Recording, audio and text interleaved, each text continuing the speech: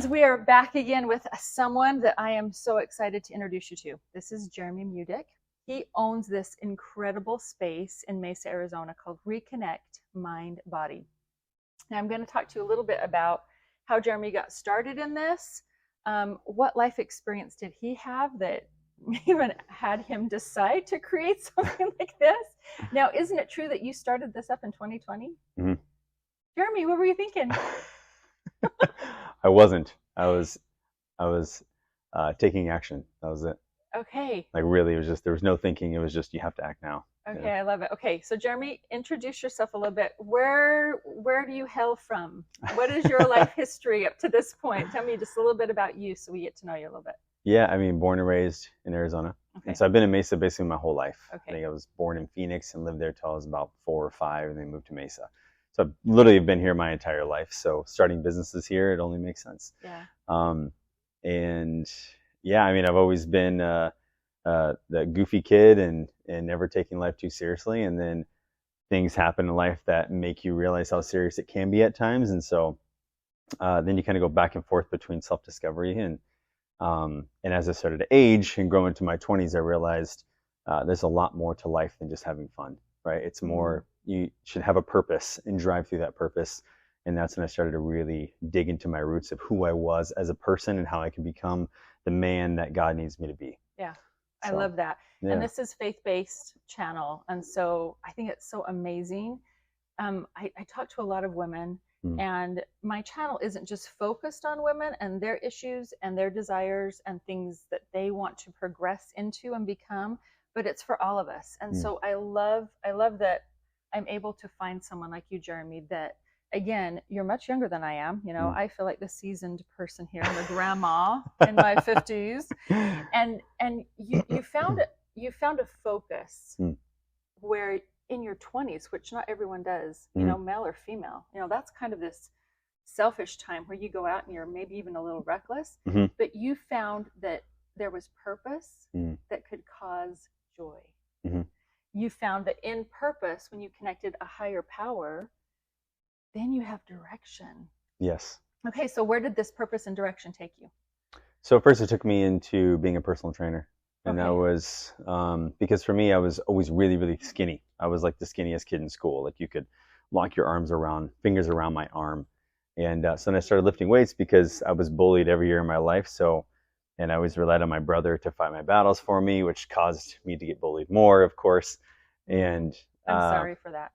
Oh, I mean, I know it teaches you. It definitely taught me a lot. But this mother's heart says, "Hey, I'm sorry." Anyway, yeah, no, yeah, and I think actually that's probably where a lot of my communication skills came from, was learning to bob and weave through the bullying and work around things, you know. And so I think it actually taught me a lot here in my years after all that. And so yes, I got into weightlifting, and I tried to put on as much muscle as possible so I would never be bullied again, and I could stop bullying if it happened. And so that's literally what I did. I became the guy that if there was a fight breaking out, I was one of the first ones in there to pull it apart. And if there was a fight that was about to happen, I would step between the people and thank God that he was always watching over me and nothing would ever happen to me, which is crazy to say that these are in bars and in clubs that I would step right in between two drunk people and nothing would happen.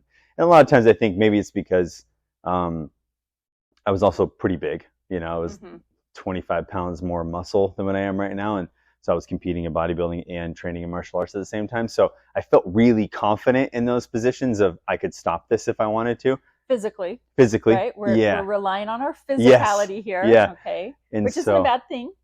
Yeah, especially because, you know, who knows what they see, right? But I think it was really what they could feel was different. Yes. You know, and that's where I started to really find more of purpose through a life of service. And that's where I started to, hey, I want to teach people how to get in shape so they can better themselves because I've bettered myself. I was, like I said, the really outgoing goofball kid. That's because I had so many insecurities. You know, you got to be as loud as possible. That way you can hide away from so people can't see it, right? Yeah.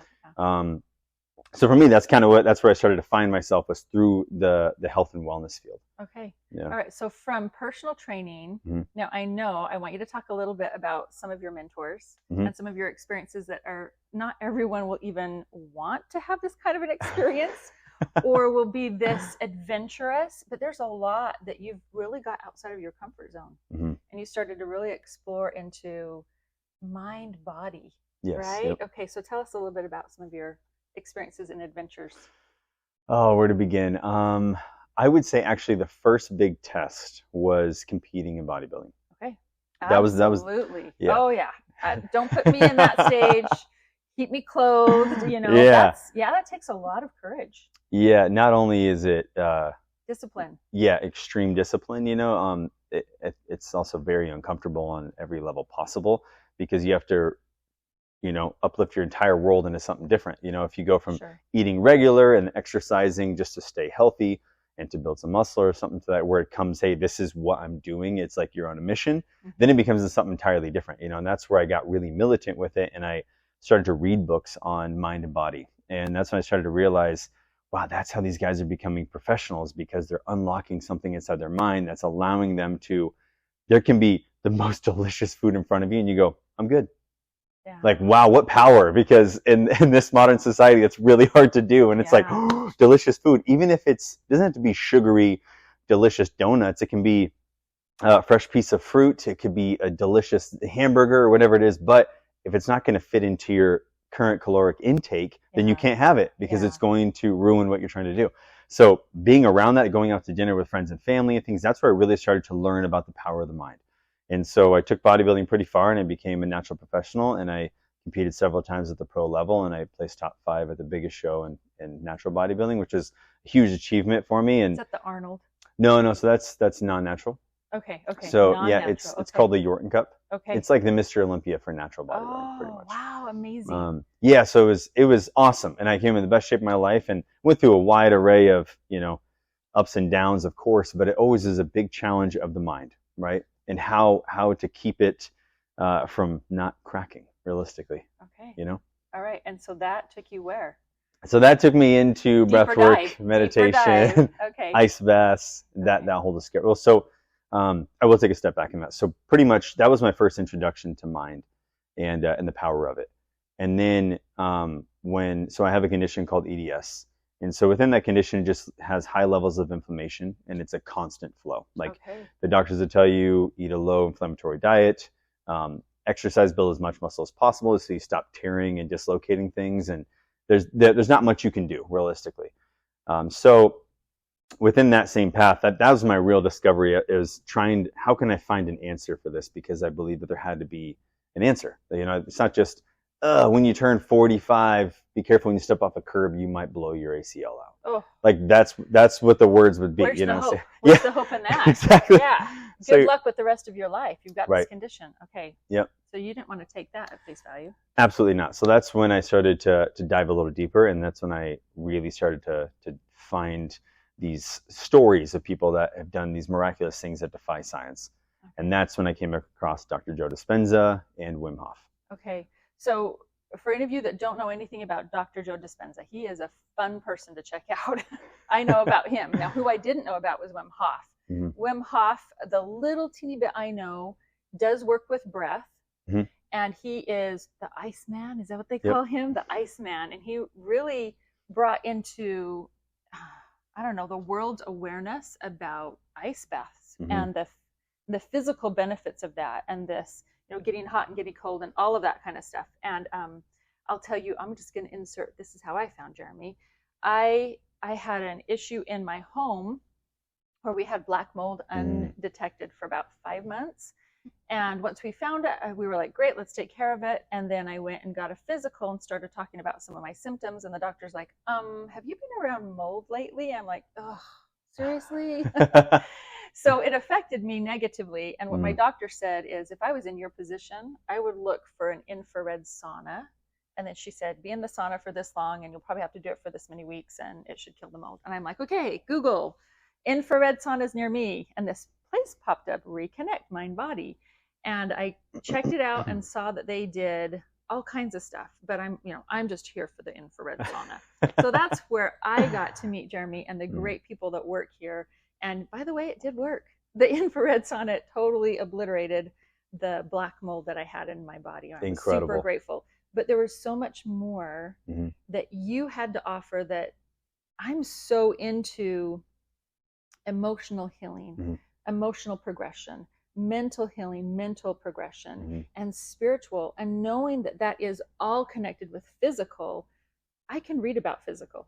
Right. I can find all kinds of stuff about red light therapy, infrared sauna therapy, cold plunges. I mean, I can find the physical, but Mhm. what totally surprised me was the benefit of the mental and emotional and the spiritual experiences I had when I started to use some of the modalities that you have Yeah. incorporated into this great facility. Mm. So, where did you start? Tell me your story about breath work. Where did Mm. that come about? So it was actually in the same path of discovering Wim Hof and Joe Dispenza. So for me, I tried doing meditation years prior, and it didn't click. Okay. And playing with the breath didn't quite make sense to me. Hello, this is where I am. Jeremy's teaching me. I did meditation and my mind would wander, wander, wander, or I'd end up dozing off and I'm like, oh, I guess that helped. But Yeah. to get to a space mentally where there was a shift just through meditation Mhm. was really difficult for me. So I resonate. Go on. Yeah, Yeah. and I think it's actually a very common thing because it's just a skill you have to learn. Okay. And that's something that we have to put on the table with that. Everyone usually categorizes meditation as just like, oh, you should just do this, just be mindful, and it's kind of like it's not really how it works, right? There's so much more to it. Yeah, and that's where breath work takes it to the next level. So I'm not a huge meditator, right? But you started. Correct. I started with trying to work in that I field. love it. You got to start somewhere. You Yeah. got to start somewhere, people. You got to start somewhere. And God takes us down the path and takes us where we need to go and what we need to experience to progress. Okay, That's so exactly we right. started with meditation and then we found breath work. Yeah, started meditation, didn't work. And then when I found Wim Hof and he was talking about breath work and the power of these breathing exercises, the way he spoke about it, it was straight from his heart. It wasn't like I was hearing another person describe this scientifically backed thing, or it didn't sound too woo-woo. It just sounded, hey, this is what we do, and we can remove sickness from our body. And I'm like, well, that's pretty much straight to the point. I want to listen to this guy. Wow. And so that's what they did. So just to sum up for Wim Hof's thing, which made him, I would say, famous on that level, is they injected him with a strain of E. coli, and he removed it from his body within that hour. With and so, breath work. Yeah, and mindfulness. That was it. So every camera was hooked up, everything is connected. They injected him. Yeah. He said after the first 10 to 15 minutes, he had a headache, and after that, he removed it. And they were like, there was no trace. It's gone. So what happened? So he actually went in there and removed it. So you would say, well, that's impossible because now you're activating your autonomic nervous system, which is your breathing, your digestion, these things that just happen at will that you shouldn't be able to control. But Wim was the one to show us that now you can do that. So after all these tests and things, they said, maybe you're just special or whatever. So he said, no, I could teach anyone. So they did a study and they brought 20 people to his house. Within 3 days, he had all these people who showed up in full jackets, scarves, everything because it was snowing. By the end of day 3. Where does he live? It was in Poland. It was in Poland. Yeah, so he's cold. Right? Yeah, it's very cold. We're all going to Wim's house where it's super, super cold. Yep. Okay, and then what happens within 3 days? Yes, within 3 days, he had all these people jumping in frozen lakes in their swimsuit, running in the snow, doing snow angels, literally what I was just doing in March. And it was, at that point, they did the study by the end of that week, right? So of course they said, hey, we'll give you 10 days or something. He's like, no, just give me a couple. And so they did. And so every single person in his study, the longest it took someone was 90 minutes to remove the E. coli from their body. So you would say, wow. Yeah, okay, just stop for a moment because I hadn't heard about this, folks. So he's showing through tests that through mindfulness, breath work, really we are in control of our body. Yep. Right? I can do this. And they're like, yeah, you're special. Not everyone can. He's like, no, I can teach you. Yep. And so he was able to replicate that. And a lot of that is really this breath work. Yeah. Okay. So, and that's just amazing. Yeah. So here's the thing too, because when everyone watches this, there's already a study that came out where they're trying to debunk the Wim Hof method. Although it's already been proven in science, they had to rewrite over hundreds of science books because of him. But they're trying to come after it because it's getting bigger. Well, and so, when truth is put out there and it is against, I'm sorry to say this, but it's against what makes people money or maybe what our tradition or culture is. Correct. It's really hard. There's some backlash. So that doesn't Big time. surprise me that that's happening. So in that study, they already tried to to take it all apart, because they didn't really do cold water immersion, and they didn't even do mindful practice while doing breath work. They did mindful practice on its own. Sit and be mindful like you're trying to meditate. But then when you do breath work, don't think, don't do it. Just do this breathing, play some relaxing music, and listen to them guide you through the breath. And like, that's it. And the thing is, there's no power in that, because I can look at this wood floor and think about the grains in the floor and do these breathing techniques, and nothing will happen. Yeah, I'm going to play with the gases in my body. I might get a little lightheaded, but nothing spiritual or even emotional is going to happen, because I'm just looking at the wood floor. Mm-hmm. But if I take my focus inward, and whether it's I'm trying to heal wounds of the past, find forgiveness in my heart, but whatever's going on, heal my body, remove a sickness from it, you have to take your mind into it, because every breath is life, and where you bring your focus to will bring life to it. So okay, say that one more time. I think it's really powerful, because one of the reasons I wanted to have Jeremy on is so that his knowledge and what he's practiced and what he's gained from this practice, you can understand and have a new perspective and maybe do it at home. So say that one more time about what you bring. So breath is life itself. And what breath is life itself. Yep. Which is actually scientifically true. Yep. And if you go scripturally, right, we see that in Genesis, yep. right? So breath is life itself. Okay, I got that concept. Now go further for me. And what you bring your focus to, okay, you bring life to. And what you bring your focus to, you bring life to. I know that to be true. Yeah. Okay, whatever you resist persists. Whatever you feel, you heal. It's that focus still. Correct. Yeah, because it's a lot of times it's about intention, right? But you can have specific intentions, and then you can go somewhere else, and it can shift, right? Yes. So that's where it's actually where you bring your focus. So if you're doing breath work and you're thinking about the wood floor, nothing's going to happen.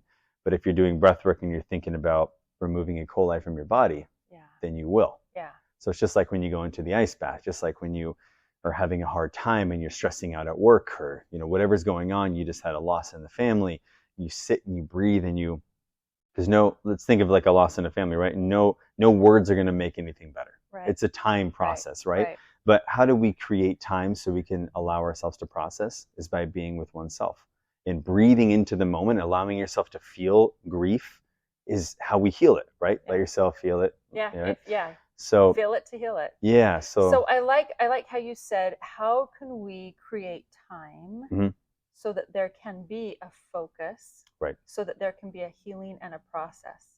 This can be a physical healing and process, a mental and emotional, a spiritual growth, enlightenment, and through breath work, taking time intentionally to go inward, and with intention and a desire or a hope, allow the breath to breathe life into it. You nailed it. What you're talking about. You nailed it. Oh, Jeremy, I love it. Okay, now I think we talked a little bit about breath here. What can you do, or what can you show, or what can we create right here in this moment that the viewers can watch, experience, and maybe duplicate at home? Having to do with breath. Now, I will tell you this. Jeremy does breath work classes here. They're amazing. We're in his breath work space. It is gorgeous and beautiful. We do sound. It's like a sound bath in the, while we're doing it. We've got these. Anyway, it's amazing. I'll have all of his information pinned in the description so you can check out his website. And I've participated in it, and I have had some really beautiful experiences with this intention and focus and what I received at the end. But I can't take Jeremy and all of his beautiful, all this beautiful space home with me. But I would love for you to teach us, what can we do that's realistic on a daily basis or bi-weekly or whatever we have time and we want to put intention. What could we do? So this is the same thing I tell everyone, and it's to start your day with breath awareness. Okay. And so what breath awareness is, you can make up your own definition if you like, but really it's just getting connected to your breath in the present moment. So letting yourself connect to all your senses and breathing through it. So let's say you went to bed with a certain emotion and it caused a certain dream. I'll just say that.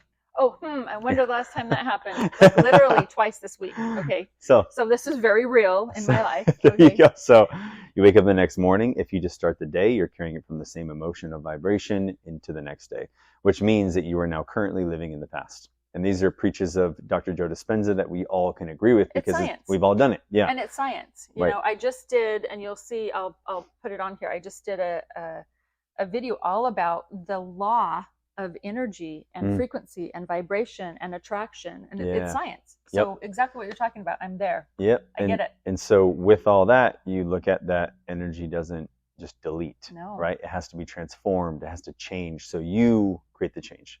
So first thing in the morning, you sit with yourself. And like for me, I pray every morning when I knees to the floor at the edge of the bed right away before I get up and do anything. Then the next thing I do is I connect to my breath. It can just be 60 seconds, 5 minutes I prefer, you know, but even if you're in a rush, you have to sit, one hand on the heart, one hand on the belly, and just connect to your body in that moment. One right? hand on the heart, one hand on the belly. Can you help me go through this? Can Sure. we do a 6-second thing so that those that are watching, you guys do it with us, okay? One hand on your heart, one hand on your belly. Yep. So this right here is creating a little bit of sensory input. So you're getting touch to form, right? Right. And this is how breath should form. It should fill up into the belly and just gently make its way up into the chest. It shouldn't fill the chest. But if you're breathing already in that sense where you can feel the breath there, then you know it needs to be adjusted. So the first thing you do is you just do this, close your eyes, and now just, how does your breath feel? Where do you see it? And as you connect to this moment, and you've got your hand on your heart, you usually can feel the pace of the heart. If it feels steady, if it feels fast. We know that we should be calming the heart rate down. Because the faster the heart rate beats in this moment, the more we are pulling ourselves from the present moment and rushing to the next thing, which means we're probably going to set our day up for that manner. So here now, you're bringing the awareness into your body. You start to connect to how do you want to be in this moment? How do you want to start this day? Because at this phase, it is the beginning of the day. So once you start to get connected, now try and only fill up the bottom hand.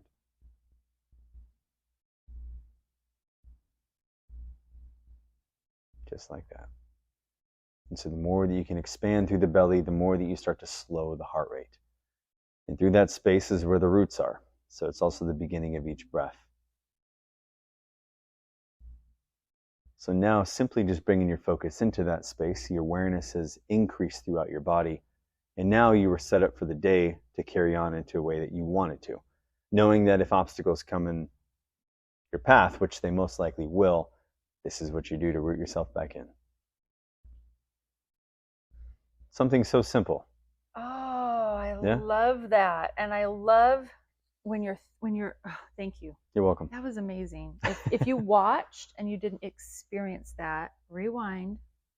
I would encourage you to experience that. When you look at energy work, which that's kind of where my roots started, it really brings you into that root chakra, that sacral chakra, that solar plexus chakra, which is where we feel sustained, where we feel like we belong, we have a foundation, and we really can move through, like you said, problems, obstacles. When we're in that space, it brings us to a foundational balance. Well said. I love that. Oh my goodness, this was so good. I hope that you have enjoyed this as much as I've enjoyed my time with Jeremy. We're going to do a part 2. We're going to talk a little bit about the cold plunge. Let's do it. Ice bath. Oh ice no, what do we do about this? I'll tell you, that was my experience when I first realized I'm walking into a place that might ask me to do an ice bath. I want to walk right out. So I'm going to tell you a little bit about my experience and get his expertise on why is it good and why is it good for us mentally, emotionally, and can it actually help us spiritually. So stay tuned. Thanks, Jeremy. Yeah.